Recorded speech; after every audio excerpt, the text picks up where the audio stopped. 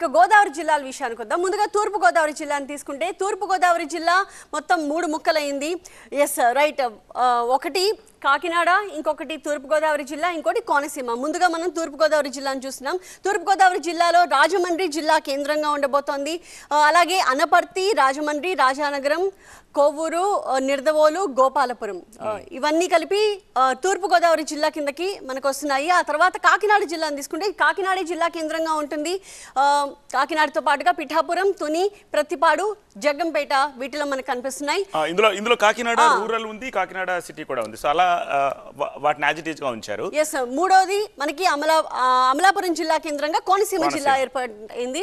అమలాపురంతో పాటుగా రాజోలు, పీగన్నవరం, కొత్తపేట, మండపేట, రామచంద్రాపురం, ముమ్మిడివరం. సో మొత్తం తూర్పు గోదావరి జిల్లాని మొత్తం 3 ముక్కలు చేశారు. కోనసీమ, తూర్పు గోదావరి, అలాగే కాకినాడ.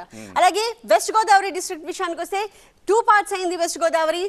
వాటిలో ఒకటి పశ్చిమ గోదావరిగానే ఉంది.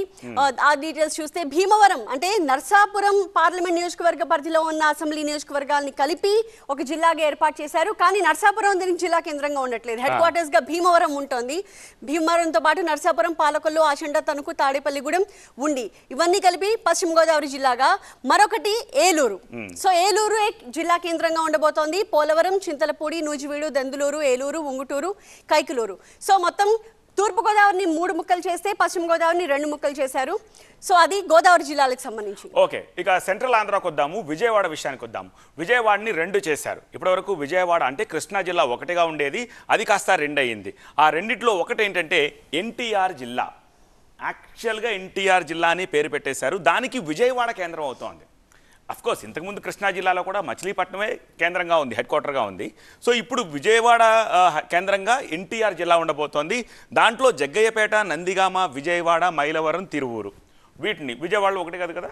సో అలా ఎన్టీఆర్ జిల్లాని యాజ్ ఇట్ ఈజ్గా విజయవాడ కేంద్రంగా పెట్టారు.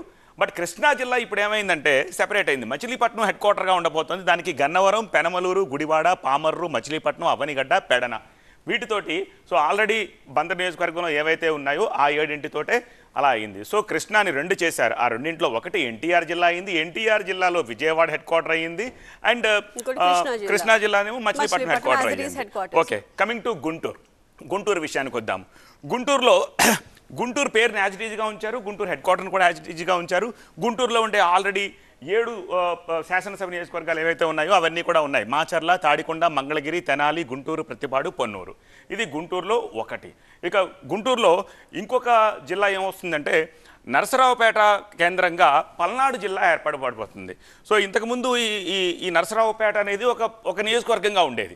అది కాస్త ఇప్పుడేమైంది, పల్నాడు దానికి పేరు పెట్టి మొత్తం పల్నాడు ఏరియా అంతా కాబట్టి దానికి చారిత్రకమైన ఆ పేరుని పెట్టి జిల్లా కేంద్రంగా నరసరావుపేట ఉంచారు. దాంట్లో ఏముంచారు, మాచర్ల, గురజాల, పెదకూరపాడు, సత్తెనపల్లి, నరసరావుపేట, చిలకలూరిపేట, వినుకొండ అసెంబ్లీ నియోజకవర్గాలతోటి పల్నాడు చేశారు. ఇక 3వ జిల్లా ఏంటంటే బాపట్ల. బాపట్లను యాజ్ ఇట్ ఈజ్గా అలాగే ఉంచారు. బాపట్లకి జిల్లా పేరు పెట్టి బాపట్లను కేంద్రంగా పెడుతూ బాపట్లకు సంబంధించి అద్దంకి, పర్చూరు, చీరాల, బాపట్ల, వేమూరు, రేపల్లె ఈ అసెంబ్లీ నియోజకవర్గాల్ని ఇందులో ఉంచుతూ గుంటూరును కూడా 3 పార్ట్ల కింద లిటరల్గా చేసినట్టుగా మనం అర్థం చేసుకోవాలి. నెక్స్ట్ ఒంగోలు విషయానికి వద్దాం. ఎస్, ఒంగోలు జిల్లా కేంద్రంగా ప్రకాశం జిల్లాని ఆల్రెడీ ఉన్న జిల్లానే, కొత్తగా తీసుకొచ్చింది కాదు ఇది. కాకపోతే సెపరేషన్లో భాగంగా ఏమేమి అసెంబ్లీ నియోజకవర్గాలు వచ్చాయి ఇందులో చూడొచ్చు. ఎర్రగొండపాలెం, గిద్దలూరు, మార్కాపురం, కనిగిరి, కొండేపి, దర్శి, సంతనూతలపాడు, ఒంగోలు ఇవన్నీ కలిపి ఒంగోలు పరిధిలోకి వచ్చాయి. ఆ తర్వాత నెల్లూరు జిల్లా విషయానికి వద్దాము. నెల్లూరు శ్రీ పొట్టి శ్రీరాములు నెల్లూరు జిల్లాగా ఉండి యాజ్ ఇట్ ఈజ్గా గతంలో ఉన్నది, ఇప్పుడు కూడా అలాగే ఉంది. జిల్లా కేంద్రంగా కూడా నెల్లూరే ఉంది. బట్ నెల్లూరులో ఈ కందుకూరు, ఉదయగిరి, ఆత్మకూరు, కావలి, కోవూరు, నెల్లూరు, వెస్ట్ గోదావరి జిల్లాలో కొవ్వూరు అని వచ్చింది. సో ఇది నెల్లూరు జిల్లా, ఇది ఆల్రెడీ ఉన్నదే, దాన్ని యాజ్ ఇట్ ఈజ్గా అలా ఉంచారు. కాకపోతే ఇదివరకు ఉన్న సైజు కంటే వైశాల్యంలో ఇప్పుడు తగ్గుతాయన్నమాట ఈ సెపరేషన్లో భాగంగా. ఇక చిత్తూరు ఏమైందంటే 2 జిల్లాలు అయ్యాయి. ఒకటి చిత్తూరు జిల్లాగానే ఉంది, ఒకటి శ్రీ బాలాజీ జిల్లాగా అంటే వెంకటేశ్వర స్వామి కొలువైన తిరుపతి కేంద్రంగా శ్రీ బాలాజీ జిల్లాగా ఇంకోటి ఏర్పడింది అనమాట. సో ఫస్ట్ మనం చిత్తూరు జిల్లా గురించి తీసుకుంటే చిత్తూరు జిల్లా కేంద్రంగా చిత్తూరు జిల్లా గంగాధర నెల్లూరు, నగరి, పూతలపట్టు, పుంగనూరు, పలమనేరు, కుప్పం ఈ అన్ని అసెంబ్లీ నియోజకవర్గాలతో చిత్తూరు జిల్లా కేంద్రంగా ఉండబోతోంది. అండ్ కొత్తగా ఇప్పుడు మనం చూస్తున్నది శ్రీ బాలాజీ జిల్లా. దీనికి జిల్లా కేంద్రం తిరుపతి. సో తిరుపతి జిల్లా కేంద్రంగా చంద్రగిరి, సత్యవేడు, శ్రీకాళహస్తి, సూళ్లూరుపేట, గూడూరు, ప్రొద్దుటూరు, వెంకటగిరి అసెంబ్లీ నియోజకవర్గాలన్నింటినీ కలిపి ఈ కొత్త జిల్లాగా ఏర్పాటు చేశారు. ఓకే, నెక్స్ట్ కడప జిల్లా విషయానికి వద్దాము. కడప జిల్లా వైఎస్ఆర్ కడప జిల్లా యాజ్ ఇట్ ఈస్గా అలాగే ఉంది. కడప హెడ్ క్వార్టర్ కూడా అలాగే ఉంది. కడపలో జమ్మలమడుగు, పులివెందుల, కమలాపురం, కడప, ప్రొద్దుటూరు, మైదుకూరు, బద్వేల్ యాజ్ ఇట్ ఈస్గా ఉన్నాయి. ఏమీ మారలేదు. కడప జిల్లా పార్లమెంట్ నియోజకవర్గంలో ఏవైతే అసెంబ్లీ సెగ్మెంట్స్ ఉన్నాయో అవన్నీ ఉన్నాయి. కాకపోతే జిల్లాలో ఎక్స్ట్రా ఉన్న నియోజకవర్గాలు, అసెంబ్లీ నియోజకవర్గాలు లేకపోతే ఇవన్నీ ఎలా నెక్స్ట్గా మారాయంటే దాన్ని సెపరేట్ చేసినప్పుడు అన్నమయ్య జిల్లాగా ఓటు చేశారు. దానికి హెడ్ క్వార్టర్గా రాయచోటిని పెట్టారు. బద్వేల్ నుంచి అలా కిందకు వస్తే రాయచోటి ఉంటుంది. సో రాయచోటి కేంద్రంగా అన్నమయ్య జిల్లాగా కడపని 2 చేశారు. ఇది 2వ జిల్లా అనమాట. దానికేంటి రాజంపేట, కోడూరు, రాయచోటి, పీలేరు, తంబళ్ళపల్లె, మదనపల్లె అని చెప్పేసి అసెంబ్లీ నియోజకవర్గాన్ని సెపరేట్ చేశారు. రాయచోటిని హెడ్ క్వార్టర్గా ఇచ్చారు. నిజానికి మదనపల్లి జిల్లా కావాలని చెప్పి ఎప్పటి నుంచో ఒక డిమాండ్ ఉంది.